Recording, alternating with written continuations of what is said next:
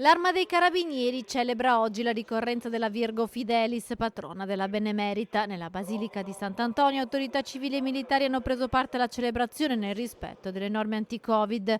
Durante la messa è stato ricordato l'80° anniversario della battaglia di Qualqueber in Africa orientale, dove un battaglione dei Carabinieri si immolò per difendere l'Italia dalle truppe nemiche.